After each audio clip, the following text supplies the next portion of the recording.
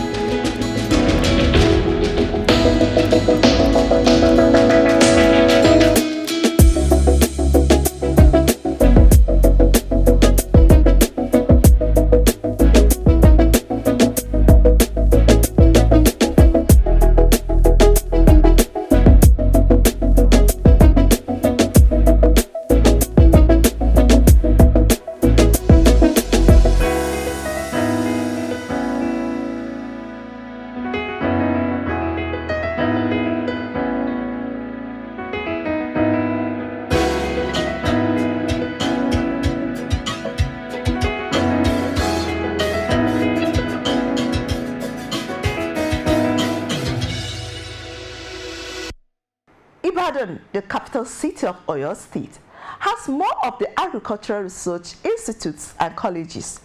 It was a deliberate act to visit the old city to represent the other colleges and institutions within the country. There are 3 institutes here, and I think 3 colleges, including the cooperative college, which is not under ARCN. So we thought it would be good to come visit you. And you can see 6 institutions in a day or 2 is really tight. So really the essence of this visit is to let you have an idea of what are the key features of the Amendment Act.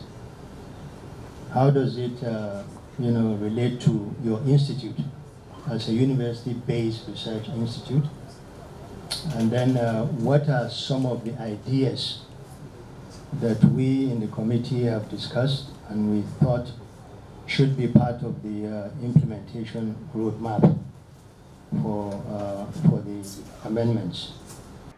They are to look at ways to develop a roadmap for the implementation of the Amendment Act, to identify, assess and recommend competent individuals that will serve the committee and council, to identify salient issues among the Amendment Act, to articulate and identify possible funding windows that explore in terms of implementing the Amended Act, and also the key features of the Act.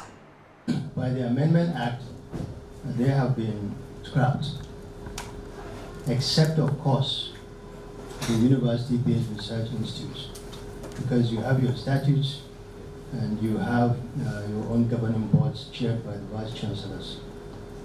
But otherwise, all the other boards have been scrapped, and the staff are now transferred to the council.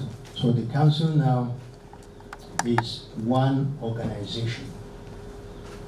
All the staff of the institutes and colleges, there will be committees set up after we finish our work, and the executive secretary will lead that, whereby all staff will now become part of this one ARCN as an organization.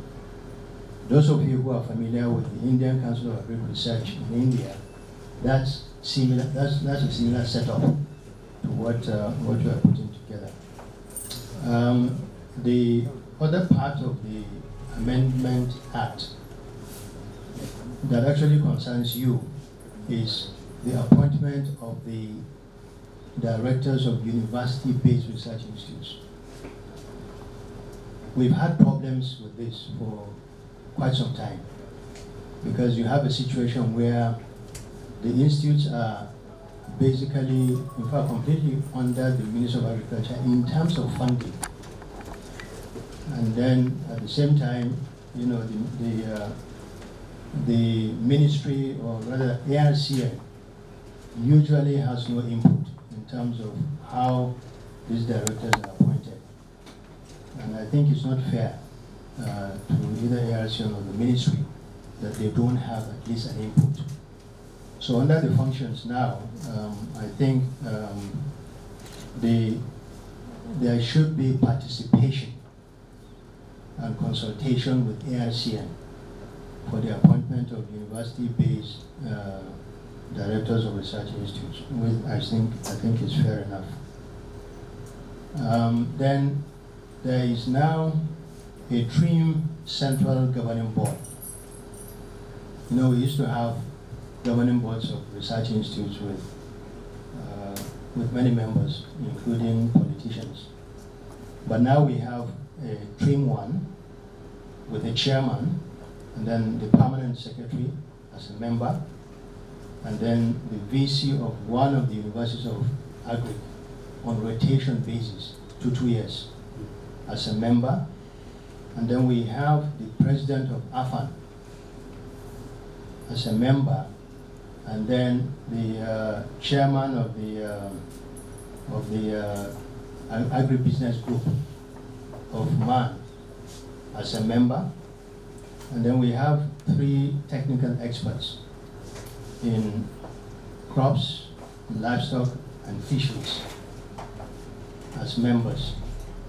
And then we have the executive secretary of ARCN as a member secretary.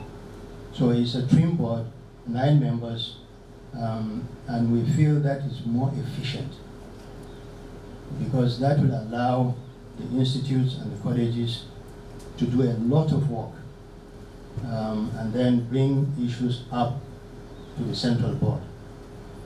A lot of people were thinking that if you do this, then you have centralized everything and it makes it more difficult in terms of governance. But the argument is that what we really have is a centralized governance but decentralized operations. So a lot of the work will be done at the institutional levels, and then you articulate your budget, everything. You bring it to the center. By the time everything goes through ARCN to the board, virtually most of the work has been done.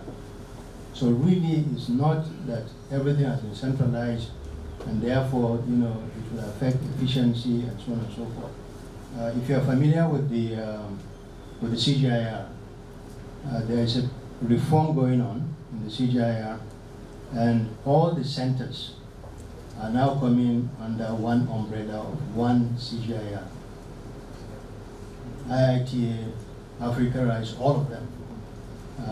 And it's a similar argument that has led to that. So even at the international level, you know, they're gravitating towards that. Then there is a standing technical committee at the board level that will be appointed by the board. And they're supposed to advise the board on mainly technical issues. Then, because of the nature of the reform, the Secretariat of ARCN will now be restructured with the creation of 4 positions for deputy executive secretaries. And this is to assist the executive secretary, and they will be really very technical in terms of guiding the research institutes. So if, and we have for crops, for livestock and fisheries, and then we have for extension, education, and then communications. And I think international, combined. So they will assist the executive secretary in running the council, because now it's one organization. There is a lot of work. If you recall, when ARCN started, we started on a similar pattern. where we had this departmental structure, and then we reformed to program structure. And then when we reviewed that, we discovered that there was disconnection between the center and the institutions. So we are now back to really what it should be. And then the colleges of agriculture are now under ARCN by law. Before now, they were really not covered by ARCN Act. So, a lot of the things that were happening were not really based on the rules. But now they have been captured fully under ARCN. And also, we have income in Loring, and then the colleges of cooperatives and land resources. They are all now captured under the Act of ARCN. A major intervention is the issue of technical committees to run the institutes and colleges. They are literally replacing the governing boards. But we were careful not to call them boards, technical boards, because they will still attract, politicians. So they are technical committees, but their functions are basically the functions of the boards.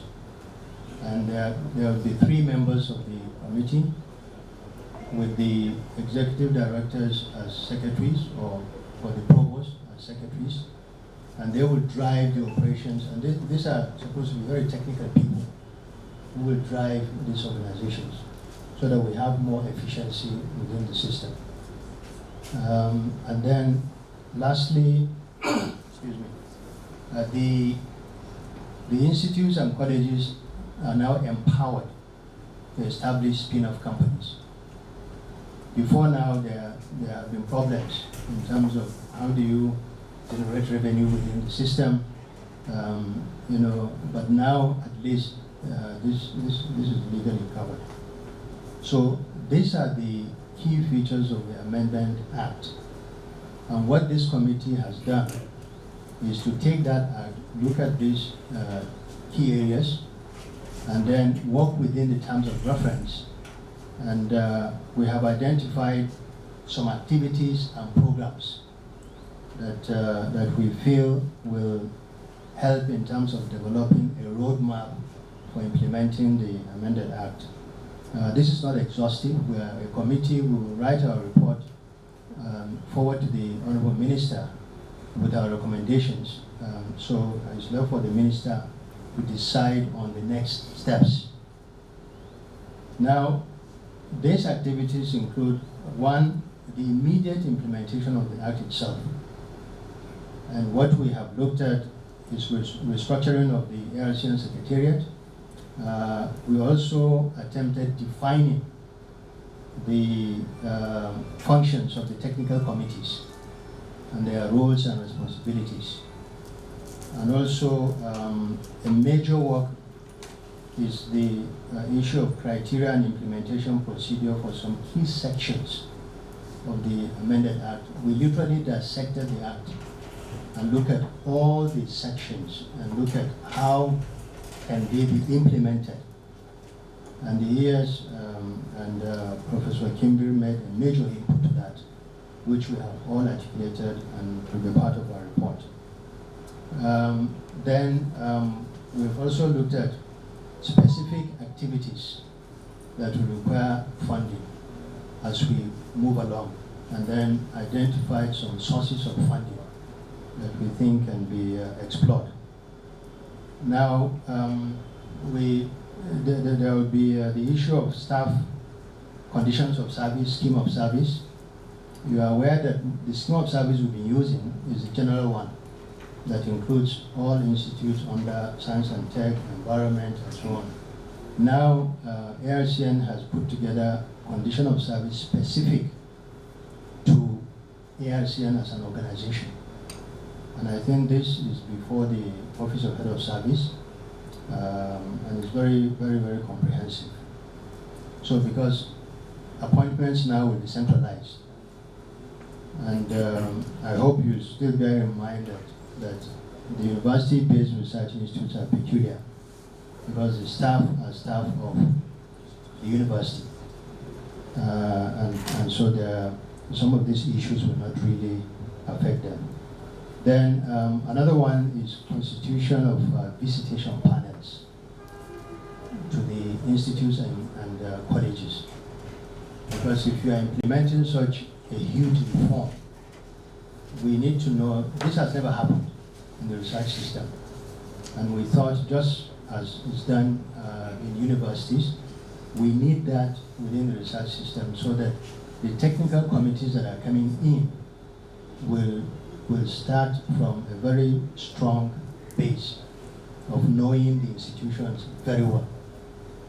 If you know the functions of these visitation panels, they do a lot of work, ranging from facilities, human resources, and so on and so forth. So it will give, even the minister himself an idea of where these institutes and colleges are. Then we also have included re-establishment of the competitive agriculture grant scheme. That was a laudable flagship program of ARCN, and globally is best practice. And so we want it revisited, and it's going to be part of our report. It is a scheme. What we are hoping is that with the Agri Development and Agri Development Trust Fund that is in the pipeline, that is where the source of funding can come for implementation of the competitive agriculture grant scheme. And then we also want to go back and look at the nationally coordinated research projects. Some of you that will recall in the days of NAP and even pre-NAP, that was a laudable project. But the problem was that we depended on World Bank for funding.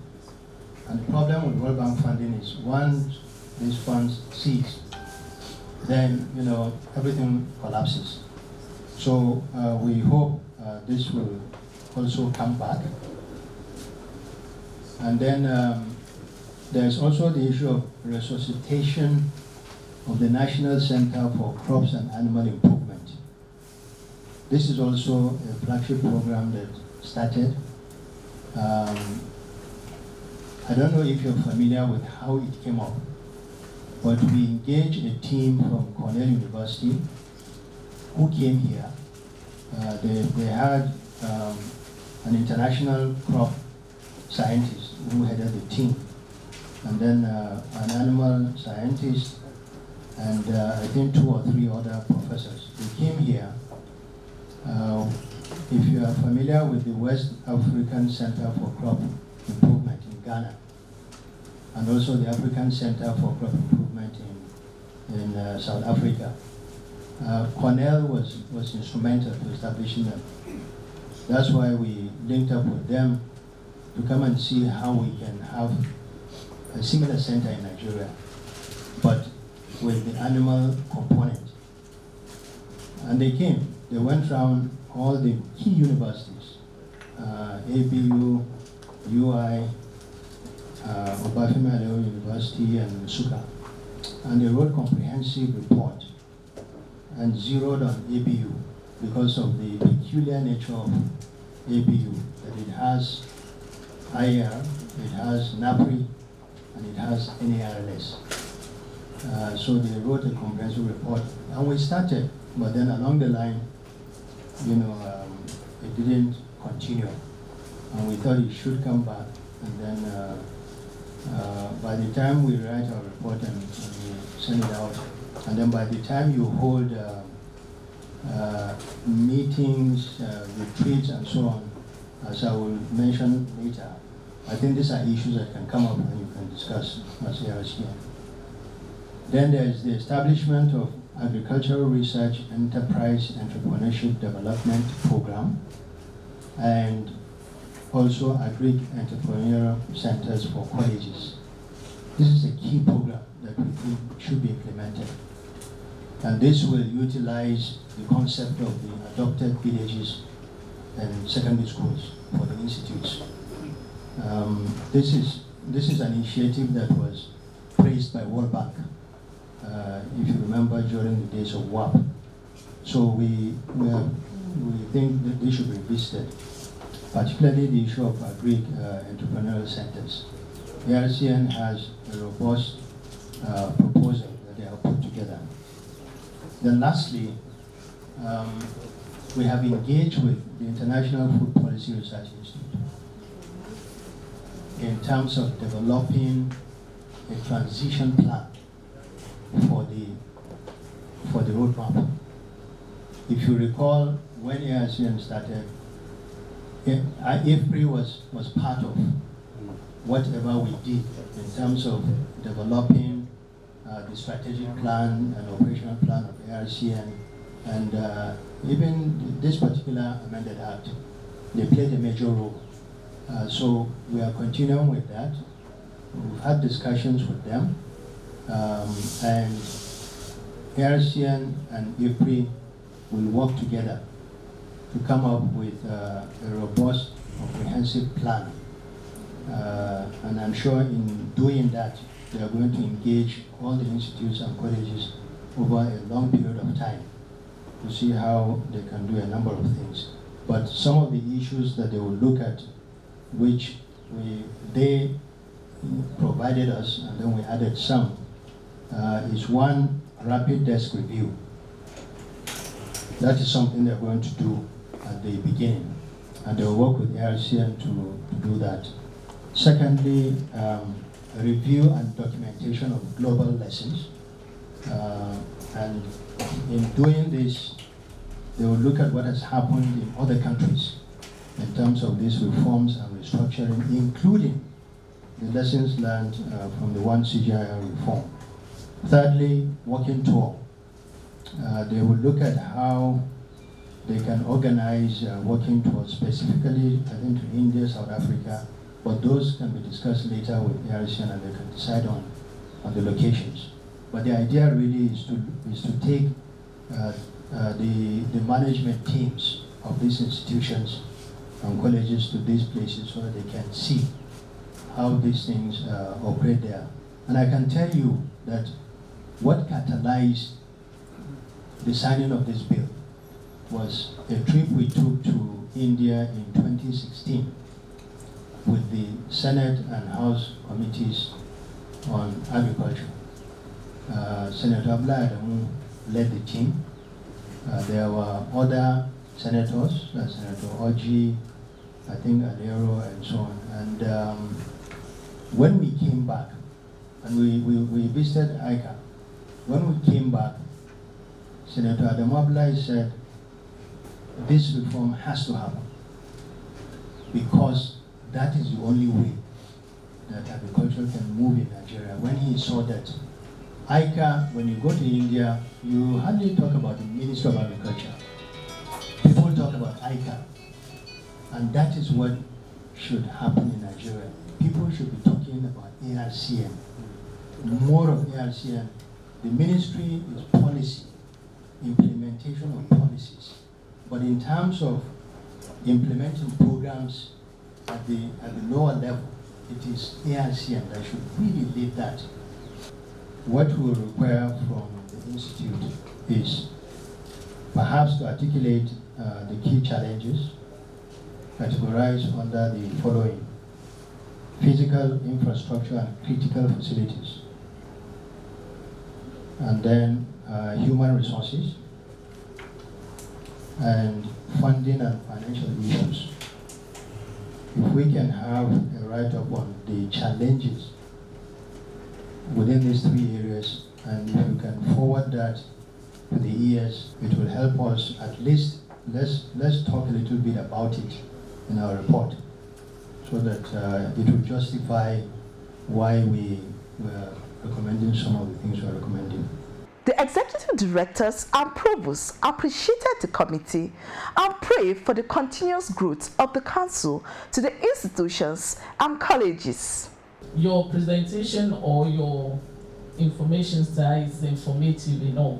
You have explained everything into detail, and we sincerely agree with you. And our fear before was that maybe the university affiliated institutions will not be taken care of. But with your explanation, with what you have presented, I believe that we are really into the system. You keyed us into the centralized position of the ARCN now. And I really want to appreciate, there's no doubt if someone is sponsoring, if someone is financing, it has to be part of the person that will choose the head of that institution. So we do agree with you, because before that's what it used to be. That the selection, although is being done by the university, but they have to consult with the ministry before. And now since we have the ARCN as the head and the central, even before from the ARCN, then the ARCN will consult with the ministry. So now we have a direct place. I feel that is just good and fair enough for us to accept. The ARCN is the committees being set up to achieve the greatest result that will benefit both the students, the staff, and the society at large.